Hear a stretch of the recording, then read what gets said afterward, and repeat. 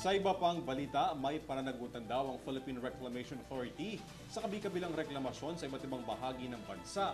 Ito ang iginiit ni dating Buhay Representative at dati ring kalihim ng Department of Environment and Natural Resources na si Lito Atienza. Kahit na ipinatigil na ni Pangulong Bongbong Marcos ang operasyon ng mga reclamation project, kailangan umanong idemanda ang nasa likod ng malawakang reklamasyon. Narito ang report.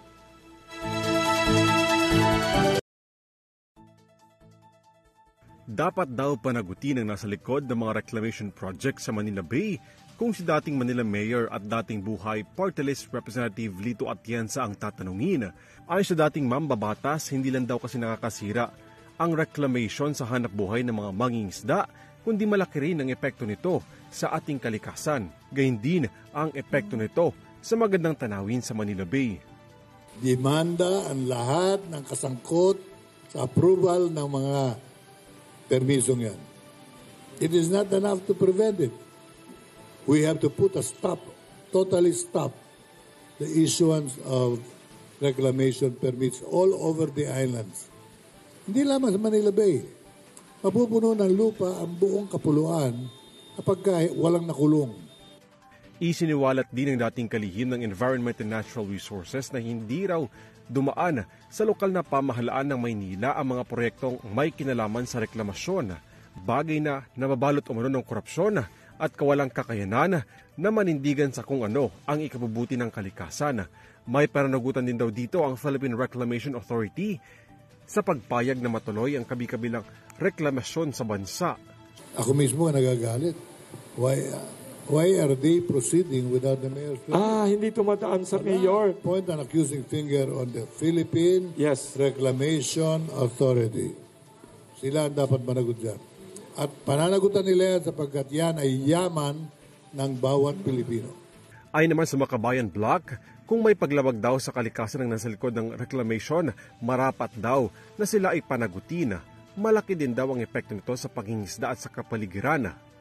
Kaya't patuloy ang kanilang panawagan at pagsulong sa panukalang reclamation-free sa Manila Bay. Layo nitong itigil ang lahat ng umano'y reclamation project sa Manila Bay. Pero sabi nga namin, kung seryoso si President Marcos Jr., he should stop it. Kasi talagang malaki na yung epekto niyan doon sa ating mga mangingisda, doon sa mga taong nakatira doon sa mga paligid. At syempre yung epekto rin yan doon sa ating natural resources within Manila Bay. So kaya nga kami sa Makabayan Block, meron kaming matagal ng bill na reclamation free Manila Bay. So pabor kayo dun, ma'am, na at least sana panagutin or filean ng kaso yung mga nasa likod na itong reclamation?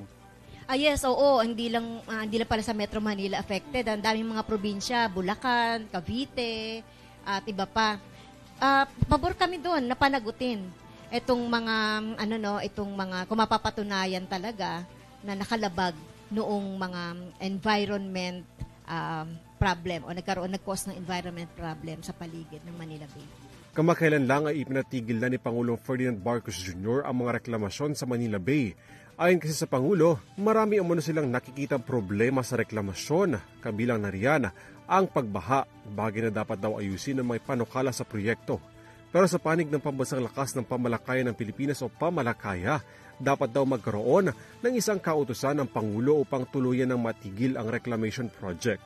Sa tala ng Philippine Reclamation Authority, mayroong 22 reclamation project ang kasalukuyan pang isinasagawa sa buong bansa. Para sa EuroTV News, Alvin Palobello, sumasaludo sa bawat Pilipino.